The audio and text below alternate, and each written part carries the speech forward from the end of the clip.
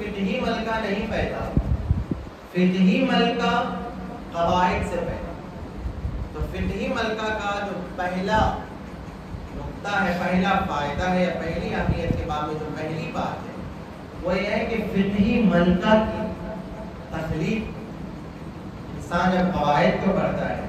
اور قواعد میں آپ کے سامنے دونوں چیزیں ہیں، اشباہ کے قواعد ہیں، خود بہت ساری مثالیں ہیں، آپ خود اضافہ بھی کریں،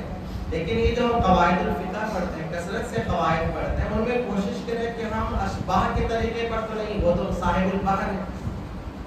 علامہ ابن نجیم کیا ہے؟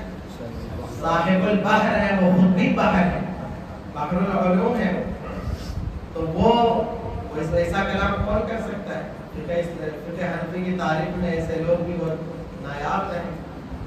مگر کچھ نہ کچھ دائرے کو ہم بڑھا سکتے ہیں۔